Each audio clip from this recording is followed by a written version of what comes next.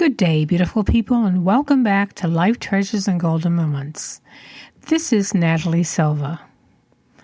I'd like to wish everyone a happy new year in the year of 2020, and here we are, a new year, a new month, starting off fresh with a clean slate, hopefully for everybody. And we've all made our New Year's resolutions, our goals, and places that we want to go, and people we want to meet, and things we want to do, and how to make our lives a little bit better this year. And on that note, I found a wonderful author that has written a book called The Rules of Life, which touches on a personal code for living a better, happier, more successful life. I think he wrote this book over 15 years ago, and he has some beautiful thoughts in it that I thought that you would enjoy today. And maybe you can apply some of it to your life to make your life a little more successful and happy. And I'm going to start off by reading part of his introduction. So I hope you enjoy this today. For reasons that are too long and complicated to go into here, I had to live with my grandparents for a couple of years when I was very young. They, like many of their generation, were hard-working, contented sort of people.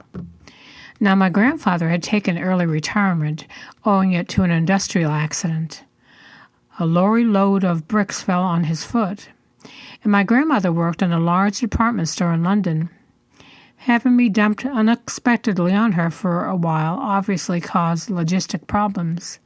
I was too young for school, and my grandfather wasn't to be trusted to look after me at home. Men in those days didn't look after children. My, how things have changed. Her solution was to tuck me under her wing, on some days physically as well as metaphorically, as she smuggled me past managers and supervisors, and we went to work together. Now, going to work with Nan was fun. I was expected to keep quiet and sit still for long periods, and because I didn't know any different, assumed that was normal.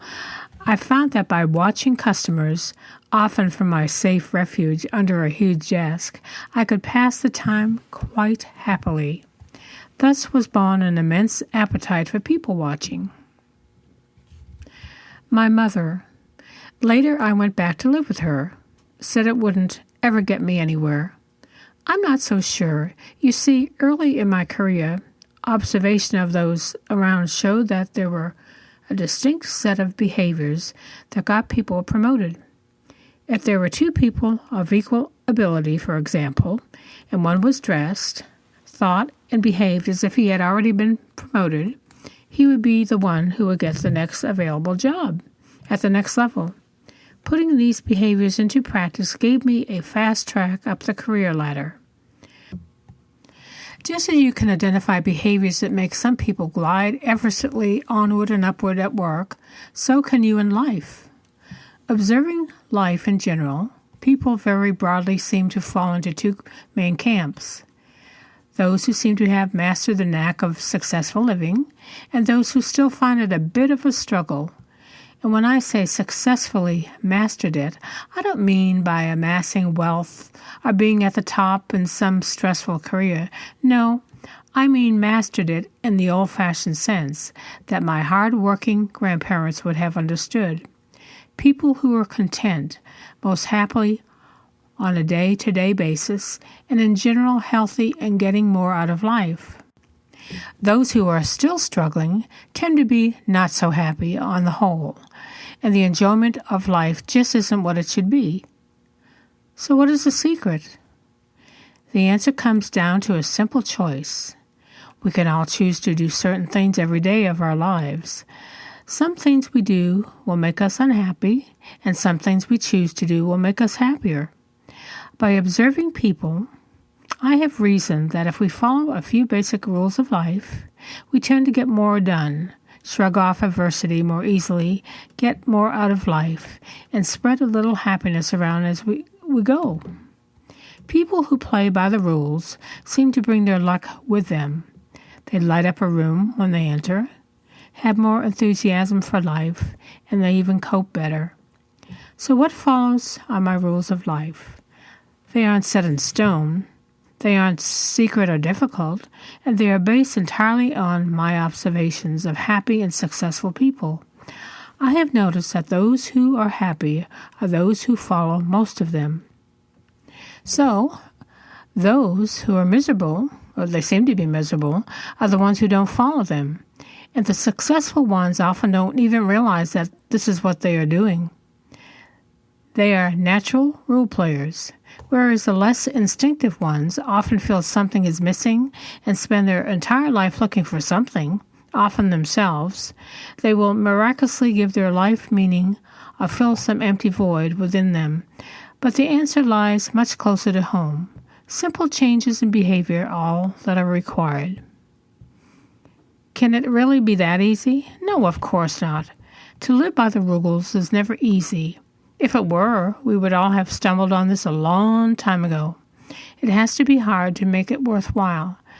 But, and this is the beauty of the rules, they are all individually simple and attainable. You can aim high and go for them all, or take one or two and start there. Me? No.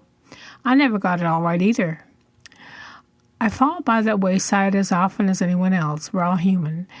But I do know what to do to get back up again. I know what I have to do to make my life make sense again. By watching people, I came to realize that all these rules of life are sensible. Personally, I love the sort of advice that begins, "Go quietly." But I'm not sure how I'm supposed to do that. However, a bit of advice such as clean your shoes before you go out makes more sense to me because that is something I can do, and more important, in which I can immediately see the logic. Incidentally, I still feel polished shoes make a better impression than scuffled ones. You wouldn't actually find shoe polishing here. Now, will you find anything inspirational and new age, which doesn't mean those things don't count.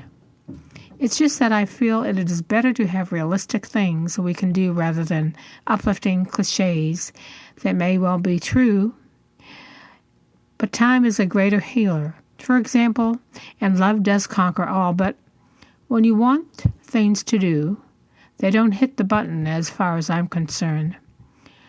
What you will find is good old-fashioned common sense. There is nothing here you don't really already know. The book isn't a revelation, it's a reminder. It reminds you that the rules of life are universal. They're obvious and they're simple. Do them, they work. But what about those who don't do them and still seem successful? Well, I'm sure we all know people who have acquired great wealth and who are ruthless and unpleasant, dictatorial, and sail morally pretty close to the wind. And if that is what you want, it is attainable. But I'm assuming you want to be able to sleep nights, live with yourself, and be a thoroughly nice person. And the beauty of all this is it is entirely down to a personal choice. We all choose every day whether we are on the side of the angels or the side of the beast. The rules of life help you choose to be on the side of the angels, but it's not compulsory. Personally, when I go to sleep at night, I like to do a quick recap of my day, and then hopefully I can say to myself, yep, good day, did okay, and feel proud of what I've achieved, rather than feeling regretful and dissatisfied with my actions in life. I like to go to sleep feeling I've made a difference, been kind to people rather than hurting them, spread a little happiness, had some fun, and generally got nearer to 10 than 1 out of 10 for good behavior. The rules of life aren't about making lots of money and being incredibly successful. It's quite simply about how you feel inside, how you affect people around you, what sort of friend or partner and parent you are, what sort of impact you make on this world, and what sort of impression you leave in your wake. One of the first rules that I'd like to share with you today is called Don't Be Afraid to Dream. This may seem incredibly obvious, incredibly easy, but you would be surprised how many people seriously limit their dreams. They're your dreams, for heaven's sake. There should be no limit to them. Plans have to be realistic, and dreams don't. I worked in the casino business for many years and was always intrigued that gamblers, what we should really call customers, could never see it, that they would always lose because they wouldn't limit their losses, but would always limit their winnings. Don't ask me why. I guess addicted gamblers are seriously not well. They go in with the right attitude. I'll just lose this $20 and then pack it in. They lose their $20, then cash a check to chase it. Then another to chase it, the lost check, and then another. I'm not advocating gambling, by the way. Not now, not ever. It's really not a good idea, believe me. The point is that people limit their dreams the way they limit their winnings. And yet dreams are, at worst, harmless. Don't limit them. You are allowed to dream as high and as wide and as big and as extravagant as impossible, as wacky, as silly, as bizarre, as unrealistic or nonsensical as you want. You are allowed to wish for anything you want as well. Look, wishes and dreams are all private affairs. There are no wish police, no dream doctors who are on the rampage looking out for unrealistic demands. It's a private thing between you and, that's it, between you and absolutely no one else at all. The only note of caution here, and I do speak from personal experience, is to be very careful of what you do wish for. What you dream of, it might just come true, and where would you be then? A lot of people think their dreams have to be realistic to be worth dreaming about. But that's a plan, and that is something quite different. I have plans, and I take logical steps to make them come true. Dreams are allowed to be so improbable that they are never likely to come true. And don't go thinking you'll never achieve anything by sitting around daydreaming all day. Some of the most successful people have also been those who have had dared to dream the most. It isn't a coincidence. And how true that is. People dream and you see them come to reality more often than not. So dream big and have dreams, write them down, put them on a piece of paper, stick them up on your refrigerator, and you never know, that dream may become realized. The second rule of life that I'd like to share with you today is kind of in the family and friends category, and it's called never be too busy for loved ones. It is very easy in the rush of living to overlook people close to us. I do it. I have brothers who are very special, very close to me, and I forget to phone, forget to stay in touch. Not because I don't care, but because I'm always so busy. Unforgivable. Every now and then I complain that I haven't heard from them. But of course it's me not staying in touch just as much as it is them. We have to make time, because if we don't, time slips past so fast that a few weeks become months and then years are added on before we know it. It's the same with children. Parents all harbor a secret fantasy of, wouldn't it be nice to return to the Victorian ideal of seeing them for an hour before bedtime, when the nanny has them all bathed and pajamaed and ready with muffins and jam? That sort of thing? Well, I know I do, even if you don't. But the more time we put into our relationships with our children, our siblings, our parents, and our friends, the more we get out of them. It has to be us to make them move, to phone, to stay in touch. And what if they don't also do this? Well, fine. You now are the role player. This is what you do. You become incredibly successful at handling your life. At processing guilt, you don't have any because you phoned, you wrote, you stayed in touch. At forgiveness, they didn't phone or write or stay in touch. At relationships in general, you take the moral high ground and be the first to offer the hand of friendship, be the first to forgive and forget, and I don't care how serious the squabble was. Rules players don't carry grudges, ever. No matter how busy your life is, and hopefully these rules will eliminate some stress and free up some time, you have to make time. You have to make quality time. Sorry, I hate the expression as well. For all of those around you to whom you make a difference. Those that love you get repaid in time. It's a fair exchange. They love you and you give them something of yourself, something precious. Yep, your time and your attention. And you do this willingly, not as a chore. You do this with dedication and commitment and wholehearted enthusiasm. Or you don't do it at all. There is no point to spending quality time with your kids, for example, and using that time to catch up on work or read the paper or get tomorrow's lunches ready. You have to be there entirely for them.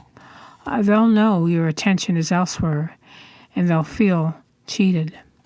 So when the phone rings, and it's your mom, your grandmother, or an old friend, but you're really busy doing something, don't keep them on the phone making those noises while you simultaneously finish searching the web or writing that letter. Either put everything down and give them your full attention, or ask if you can call them back. Call them back later, and make sure you do. One day they may not be there, and then you'll be so desperately wishing you actually listened, but then it'll be too late. So make time for them and the people today who matter. Thanks again for tuning in and listening to my podcast. And I hope you enjoyed the stories that Richard Templar, our author, shared with us today, and that you got some good out of it, and that in the new year, you'll be able to apply it to your life and maybe see some changes that will make your lives more fulfilled. Until next time, take care and God bless. This is Natalie Silva with Life Treasures and Golden Moments.